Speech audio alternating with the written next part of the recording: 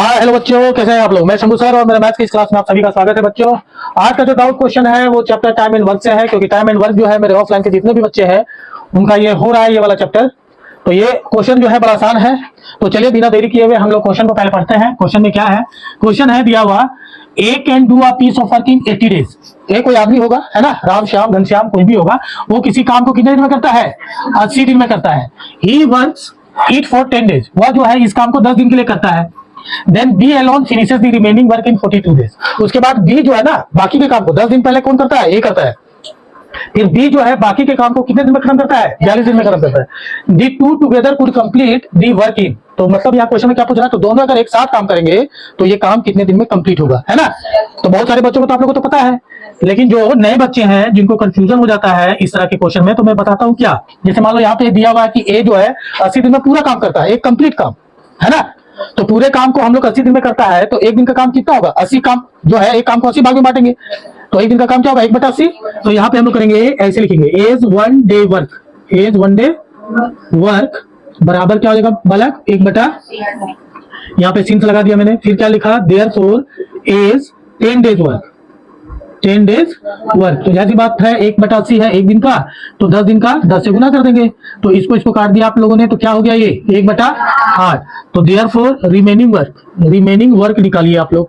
Remaining work कितना हो जाएगा, तो रिमेनिंग वर्क हो जाएगा एक पूरे काम में 1/8।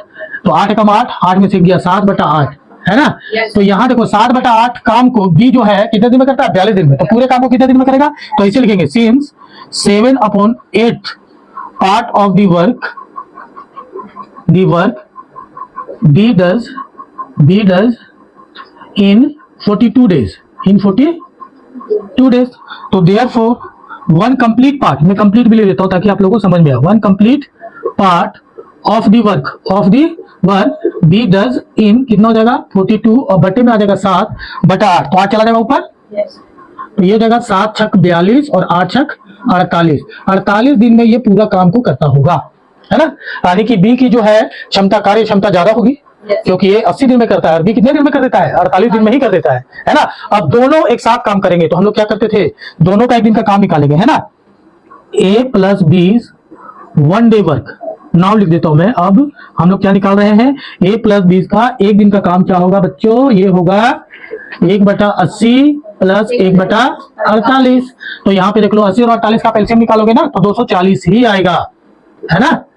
तो 8 या 24 और 48 बचे 240, ये हो गया 8/240। तो 8 या 24, 0 का 0, यानी क्या आ गया 1/30। तो आप लोगों को क्या बताया, देखो ए और बी का एक दिन का काम है 1/30, है ना। तो पूरे काम को ये कितने दिन में करेंगे, दैट इज 30 दिन में करेंगे, है ना। इसी का रिवर्स कर देते हैं, रेसिप्रोकल कर देते हैं। तो ये समझ में आ गया। तो देयरफॉर ये क्वेश्चन में क्या जाएगा, ए एंड बी टुगेदर, है ना, together complete the work in 30 days. वैसे भी आप लोगों को समझ में आ जाना चाहिए, एक दिन का काम जो है 1/30 है ना, एक दिन का काम। तो आप लोग अगर इसको पहले लिख दे 1/30 हो, कि 1/30 काम को करने के लिए ए और बी को कितने दिन लगते हैं, एक दिन लगते हैं। तो एक काम को करने के लिए क्या जाएगा, 1 बटे में 1/30 होगा, तो 30 ऊपर चला जाएगा, है ना। आप लोगों को बता रखा है हमने कैसे जाता है ये ऊपर, है ना। तो इस तरह का क्वेश्चन में आप जितने भी नए बच्चे हैं आप तो प्रॉब्लम नहीं होनी चाहिए, खास करके आप लोगों को नहीं होगा ना प्रॉब्लम। अब समझ में आ गया ना कैसे निकालते हैं, बाय प्रोसेस करोगे आप लोगों को रटने की कोई जरूरत नहीं पड़ेगी। मैं उम्मीद करता हूं कि आप लोगों को भी ये सॉल्यूशन समझ में आ गया होगा। मैं फिर मिलता हूं आप लोगों से मेरे क्लास में, मेरे मैथ्स के क्लास में। तब तक के लिए नमस्कार और धन्यवाद।